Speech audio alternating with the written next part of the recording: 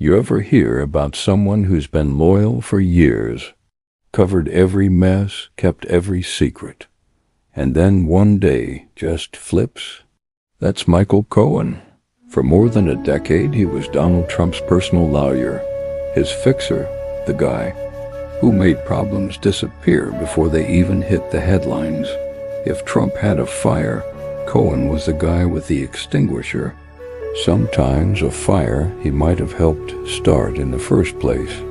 But in 2018, everything changed. And the man who once said he'd take a bullet for Trump suddenly became one of his biggest headaches. Let's rewind. Michael Cohen wasn't always in Trump's orbit. He started out as a personal injury lawyer and taxi medallion investor in New York. And if you know anything about New York taxes back then, you know that world had its own, let's just say, colorful way of doing business. Cohen had that I know a guy energy. Connected, aggressive, willing to bend the rules, if it meant getting things done, which of course made him perfect for Donald Trump. By 2006, Cohen had worked his way into the Trump organization and almost immediately became the loyal attack dog.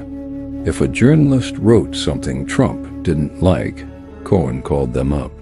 If a lawsuit popped up, Cohen handled it, often with threats, non-disclosure agreements, or a carefully written check. And that's where things start getting interesting, because being Trump's fixer didn't just mean handling legal work. It meant handling personal business, rumors, affairs, money, the kind of stuff that, if public, could cause political earthquakes. Enter Stormy Daniels. In 2016, just before the presidential election, Cohen arranged a $130,000 payment to the adult film actress to keep her from talking about an alleged affair with Trump.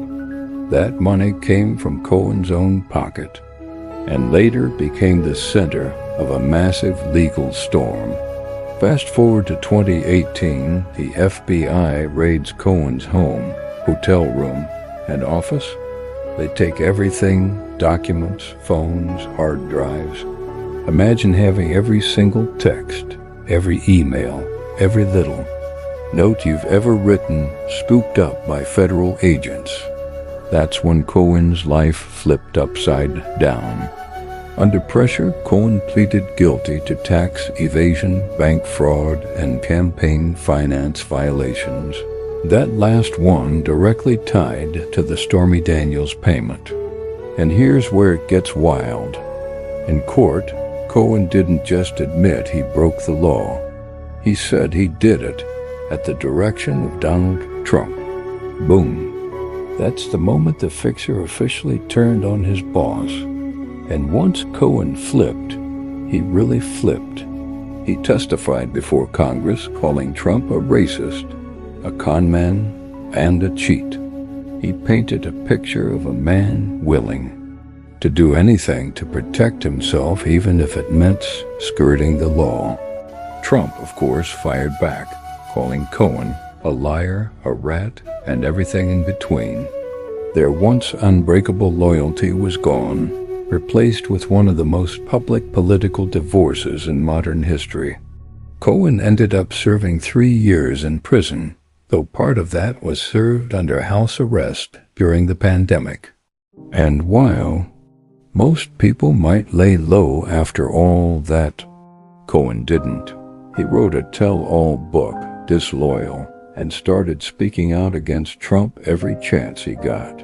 Now, whether you see Cohen as a hero who finally told the truth, or just a guy who ratted out his boss to save himself, one thing's for sure, his story is a front row seat into the way power, politics, and personal loyalty collide.